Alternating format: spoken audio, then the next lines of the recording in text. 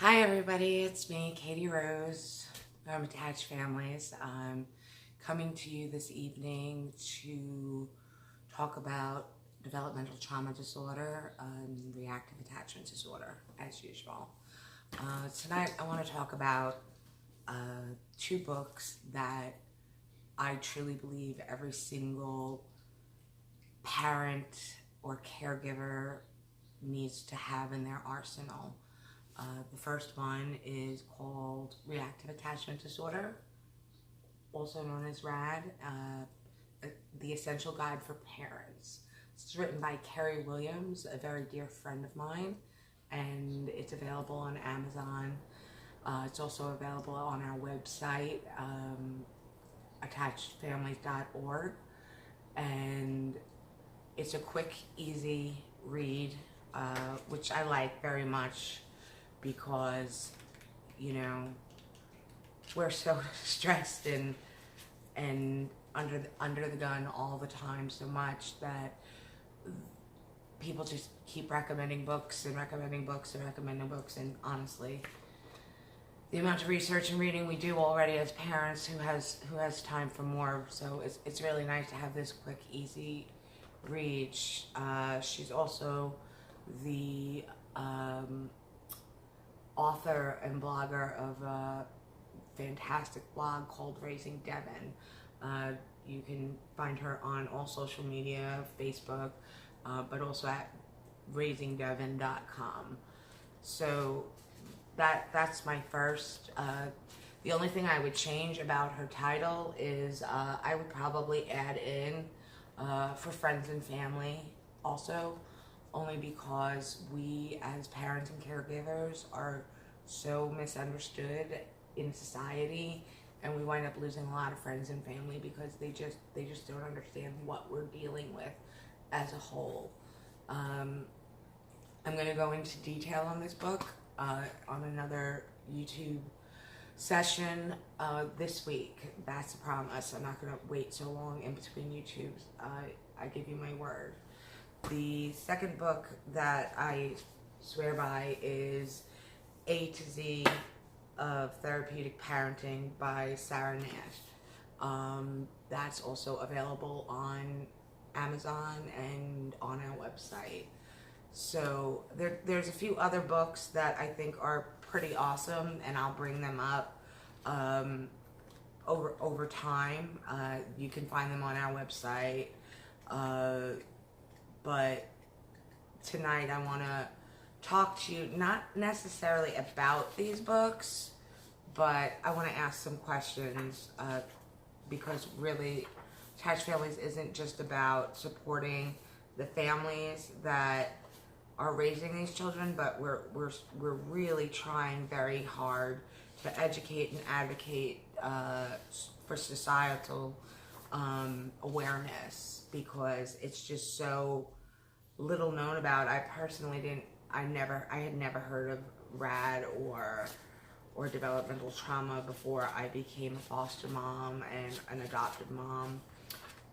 So the reason I love this book so much, and not to take away from the book as a whole, because the entire book is fantastic, but I love it for what I call the encyclopedia section.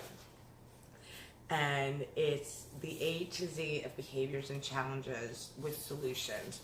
So basically any type of behavior imaginable that a child with developmental trauma could exhibit, you can go to this book and you would find it. So again, I want to just explain that RAD, like autism, is on a spectrum. So and developmental trauma disorder is on a spectrum as well. So you have your very, very, very serious high end developmental trauma disorder, reactive attachment disorder, children, and then you have your lower end where the behaviors aren't as severe. So up here is really severe, and down here not as severe. But all in all, it's a difficult struggle of a life, and we definitely don't have enough awareness, nor do we have enough friends and family that can possibly grasp what we live through on a daily basis. But what I wanted to do with everybody tonight is more or less ask some questions, because everyone seems to have a lot of suggestions for us. So I'm just going to put some stuff out there. So what would you do if your teenager, child, whatever, spoke in a baby voice on a constant basis? What would you do if they banged their heads over and over and over and over again into their dresser? Now that you think you have the answers to those two simple questions, I'll call them simple, I'm going to just tell you you're wrong. No, that's not going to work. So how did that feel? Did that feel good? I bet it felt good. What do you do if your child refuses to use the bathroom? It's a serious question. What do you do if your child refuses to use the bathroom? No, you can't drag them in there. You can't force them to sit down on the toilet. So what do? They urinate and poop themselves all day long. They urinate all over your house. They spread feces all over your house. They cut holes in your wall and they shove poop inside the sheetrock. What do you do? What do you do when your child won't use the bathroom? What do you do when your child refuses to eat? No, they refuse to eat. Think about it. Whatever you're coming up with, nope. Yep, took them to the doctor. Nope. What do? Do you force feed them? Oh, don't say put them in the hospital, because let me tell you right now, that's not happening. What do you do? What do you do if you have a budget of $300 a week to go food shopping for your family, and every single time you go food shopping, your child sneaks down in the middle of the night and eats an entire family's week's worth of food, throws it all up, and then continues to eat until when you wake up in the morning, there's no food for the family, and that's your budget. There's no money to replace it. What do you do? What do you do when this happens every night? What do you do if your child is shoving food down their throat in the middle of the night to the point that they puke every single night? What do you do? Okay, now that you have that thought, let me judge you on it.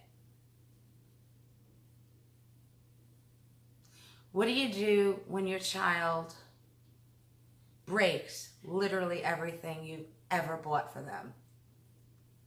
Here's a new toy. Here's new clothes. Here's new shoes. What do you do if they go in their closet and they cut up every single piece of clothing they own into shreds? What do you do? What do you do when you take all the scissors away? So they use a knife to cut everything up. So you lock up all the knives. So they start eating their clothing. What do you do?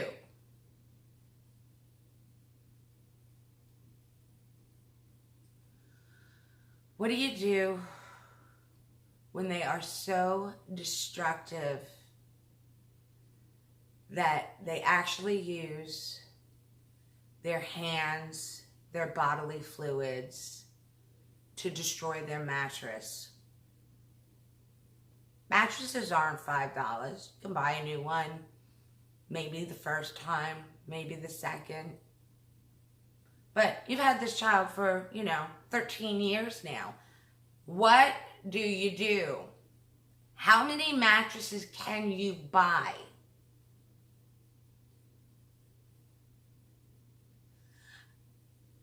There's a lot of silence in this post because I really want the people to share it and to get others to think about what would they actually do.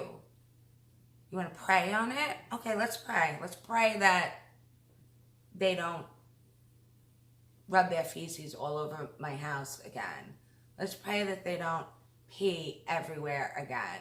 And I said my house is not one of the issues that I actually have, but I speak in the first person for all my families. What do you do when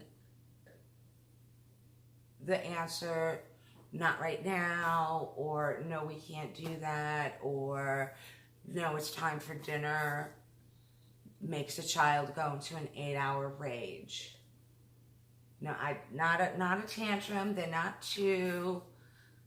just crying in a full-blown rage, screaming at the top of their lungs while breaking everything in your house. What do you do? Oh, did you call the cops? Okay. Yeah. They came and they told your child, you should listen to your mom. And then they leave. So what do? You take them to the hospital? Okay. So you sit in that waiting room for 8 hours, and then the psychiatrist comes out, and the psychiatrist says to your child, do you want to hurt anybody right now? Your child says, no. Do you want to hurt yourself right now? Your child says, no. So the psychiatrist says, well, there's no reason to keep them. And they send you home. What do you do? Because it's every day. You're going to sit in the ER for 8 hours every day to be sent home? You're going to call the cops over and over and over again so they can come by and tell you that, this is a parenting issue. Tell your child, you should listen to your mom. Or, there's no laws against children beating or hitting their parents. Apparently there's not in South Carolina, just an FYI. So these are the things I want you to think about. These are some of the things. This is a skim over some of the things that thousands of families are dealing with on a daily basis. A daily basis. And then, what we get told from our friends and family when we're walking the streets? That kid just needs a good slap across the face. I'd never let my kid talk to me like that. Okay. So, we should beat the child that was beaten or neglected. And that's why they act this way in the first place. So, no, that's not going to work. But thank you for your advice. You just need to pray. Pray harder, pray more. Absolutely. I actually have faith. I believe in God. I pray every day. It's not how God works. Sorry, it's just not. He doesn't have a magic wand. He can't just miraculously decide that these thousands of children, they're fixed. Everybody knows this exists, but nobody's doing anything about it. When I say everybody, I'm talking about the professionals. The mental health world knows, government knows, DCS, DSS, CPS, whatever agency it's called in your county knows, but they don't want to help. So what do you do? If the Doctors don't help, the hospitals don't help, the police don't help, but it happens every single day. What do you do? I want your answer. Think about it. And then maybe judge a little less. Maybe support a little more. Maybe make my families not feel so desperate, isolated, and alone. So misunderstood. Such bad parenting. They didn't do this. All they do is love their child, which, again, another myth. If you just love them enough, all that goes away. No, sorry, their brains didn't develop properly due to the trauma and neglect that happens either in utero or after birth. So yeah, loving them doesn't fix the brain. It helps, don't get me wrong. It helps. And every single family in attached families loves their children. I promise you. You couldn't do this if you didn't. You couldn't do it if you didn't. There, I said it. Everybody'd be in jail. Everyone. Everyone. Oh, that's another thing. They lie so much. They love chaos. And anything that gets them to be the center of attention while everyone else around them is in absolute terror. What do you do? I hope some people put some comments in. I'd really love to hear them. So again, Katie Rose, Attached Families. As always, I love you all.